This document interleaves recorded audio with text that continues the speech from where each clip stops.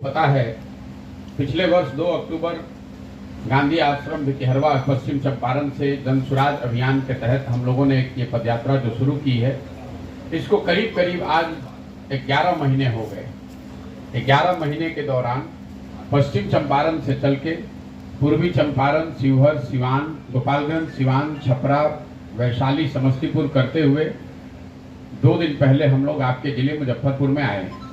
अब आने वाले कई हफ्ते 1 से 1.5 महीने में आपके जिले मुजफ्फरपुर में रहूंगा और यहाँ के अभी सकरा प्रखंड से हम लोगों ने शुरू किया है, सारे प्रखंडों में और जितना हो सके वहाँ पर पंचायतों में, गाँव में जाने का प्रयास करेंगे।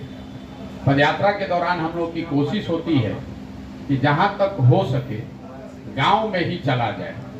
तो आप ये देखेंगे जो प्रखंड के मुख्यालय हैं या जिला के मुख्यालय हैं, उसमें जाने की संभावना बहुत कम ही रहती है। ऐसा इसलिए कि आगे कभी जब मैं वापस मुजफ्फरपुर आऊँगा तो सकरा हेडक्वार्टर पे या दूसरे प्रखंड हेडक्वार्टर पे जाने की संभावना ज़्यादा है, गाँव में जाने की संभावना कम रहेगी। इसीलिए पदयात्रा का स्वरूप ऐसा है कि जितना हो सके गाँव में समय बिताया जाए। तो मुजफ्फरपुर को लेकर मैं अभी आपको कोई अनुभव साझा नहीं करूंगा, क्योंकि अभी तो 2 दिन से चलना शुरू ही किए हैं। जैसे जैसे आगे बढ़ेंगे तो आपको प्रखंड वाइज, पंचायत वाइज, जिले की जो चीज़ हम लोग को देखने में आएगी, बात समझ में आएगी, वो आपको बताएंगे। लेकिन अभी तक 11 महीने का जो अनुभव रहा है और 2 दिन जो मैंने सकरा में देखा, उसका एक संक्षिप्त ब्यौरा आपको दे देते हैं, फिर आप अपने सवाल कर सकते हैं। 11 महीना पैदल चलने के बाद करीब करीब 3500 गाँव में हम लोग पैदल चल के गए हैं। मैं ये विश्वास से कह सकता हूं कि बिहार के समाज के नज़रिए से, लोगों के नज़रिए से बेरोजगारी और पलायन यहाँ के लोगों के लिए सबसे बड़ी समस्या है। आप में से कुछ लोगों का ये कहना हो सकता है कि बेरोजगारी और पलायन बड़ी समस्या है, इसके लिए किसी पदयात्रा की जरूरत नहीं है, ये तो सबको मालूम है। लेकिन पदयात्रा से हम लोगों ने जो देखा वो समझ में आई, इन दोनों समस्याओं के विकरालता का जो अनुभव हुआ। गांव के गांव बिहार में पूरी तरीके से नवयुवकों से खाली हो गए। ज्यादातर गांव में, 3500 गांव में जो हम लोग गए हैं, 40 से 50% युवा आज वहां अपने गांव परिवार में रहता ही नहीं है, या पढ़ाई के लिए या फिर मजदूरी के लिए उसको बाहर ही जाना है। जिन प्रखंडों में, पंचायतों में बाढ़ की समस्या है, वहां पर पलायन का स्तर 60, 70, 80% तक है। गाँव में अगर हम लोग जब जाते हैं तो ज्यादातर आप देखेंगे महिलाएं, छोटे बच्चे और बड़े बुजुर्ग मिलते हैं। नवयुवकों की संख्या बहुत कम है।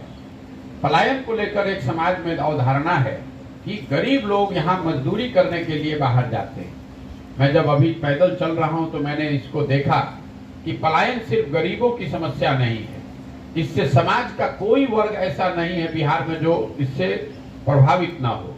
जो मध्यम वर्गीय परिवार हैं, जो किसान परिवार है, जो मध्यम वर्गीय परिवार है, नौकरी रोजगार करने वाले लोग हैं, उनको भी अपने परिवार के साथ रहने का सुख नहीं है। परिवार की परिकल्पना ही यहाँ खत्म हो गई है। आपके पास अगर पैसा संसाधन है तो आपके बच्चे पढ़ाई और नौकरी के लिए बाहर जा रहे हैं। आपके पास अगर पैसा संसाधन नहीं है तो आपके बच्चे मजदूरी करने के लिए बाहर जा रहे हैं। लेकिन शायद ही कोई गाँव में ऐसा घर मिलता है जिसमें पति पत्नी, माता पिता, बाल बच्चे साथ में रह रहे हैं। दूसरा जो इसका आर्थिक पहलू है, जो लोग पलायन करके जा रहे हैं, ज्यादातर लोग उसमें 12 से 15 हजार रुपया औसतन कमाते हैं और घर पर वो 6 से 8 हजार रुपया ही भेज पा रहे हैं। ऐसा नहीं है कि वो बाहर अपने सुख से, या अपने, कई बार हम लोग बोलचाल की भाषा में भी, बातचीत में लोग बताते हैं कि यही आदमी बिहार में काम नहीं करता है, बाहर जाकर काम करता है। ऐसी बात नहीं है।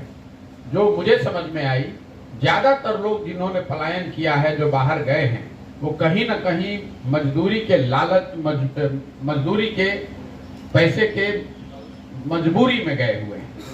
उनको ऐसा शौकिया नहीं है। 1-2 बार लड़के ऐसे घूमने चले जाते हैं, वो गए 6 महीने में काम करके चले आए, लेकिन जो निश्चित तौर पर वहां रह के मजदूरी कर रहा है वो अपने शौक से नहीं गया हुआ है। इसी तरह बेरोजगारी की जो समस्या है, बेरोजगारी सिर्फ गरीबों की समस्या नहीं है। यहाँ पैसे वाले जो लोग बिजनेस व्यापार कर रहे हैं, जो बड़े किसान हैं, उनको भी अपने बच्चों के रोजगार के लिए उतनी ही चिंता है जितने गरीब लोगों की है। बेरोजगारी और पलायन के बाद जो दूसरा सबसे बड़ा मुद्दा दिखा वो है शिक्षा व्यवस्था का ध्वस्त हो जाना। बिहार में शिक्षा व्यवस्था बहुत अच्छी कभी नहीं रही है। हम लोग स्वयं बिहार के सरकारी स्कूल से पढ़े हैं, लेकिन पहले प्रखंड, अनुमंडल, जिला के स्तर पर 2-4 स्कूल ऐसे जरूर होते थे जहां अगर आपने पढ़ाई कर ली तो आपको आगे का जीवन का रास्ता निकल सकता है। आज जो स्थिति है, जिले के जिले कोई ऐसा हाई स्कूल, मध्य विद्यालय, उच्च विद्यालय नहीं है जिसके बारे में लोग बता रहे हों कि भैया यहाँ अच्छी पढ़ाई होती है। कई बार हमको आपको ऐसा लगता है, जो चर्चा में है, कि शिक्षकों की गुणवत्ता या उनकी जो ईमानदारी है उसको लेकर शिक्षा व्यवस्था बिहार में खराब हो गई है। मैं आपको ये बिल्कुल दावे से बता सकता हूँ कि शिक्षकों की गुणवत्ता इस पूरी समस्या का एक छोटा पहलू है। ये बात सही नहीं है कि शिक्षा व्यवस्था शिक्षकों की गुणवत्ता की वजह से खराब हो गई है। अगर ऐसा होता तो बिहार में जो कॉलेज चल रहे हैं, कॉलेज में तो शिक्षा मित्र नहीं है, कॉलेज में तो नियमित शिक्षक हैं, कॉलेज में कोई बिल्डिंग ग्राउंड की दिक्कत नहीं है, वहां पर 10,000 बच्चे भी हैं, लेकिन वहां पर भी पढ़ाई नहीं हो रही है।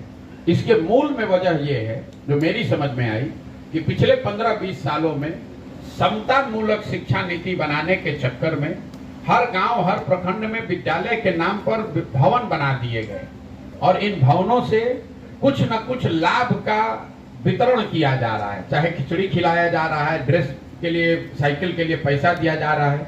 तो विद्यालयों की जो छवि है समाज में, वो बन गई है खिचड़ी बांटने के सेंटर के तौर पर, और जो कॉलेज है उसकी छवि बन गई है डिग्री बांटने का सेंटर।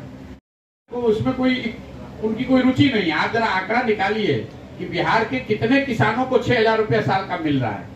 आप प्रधानमंत्री आवास योजना के क्रियान्वयन में बिहार का नंबर है देश में सबसे नीचे। मनरेगा में आपका यूटिलाइजेशन है 39%, वो भी देश में सबसे कम। मुद्रा में देश में सबसे कम, किसान स्वनिधि में सबसे कम। फिर भी हम नीतीश कुमार दावा कर रहे हैं कि हमसे ज्यादा कोई जानता ही नहीं है, हमने सब कुछ कर दिया, तो उसका तो कोई बात ही नहीं है। इसी को बोलचाल की भाषा में बिहार में हम लोग कहते हैं मुंहजोर।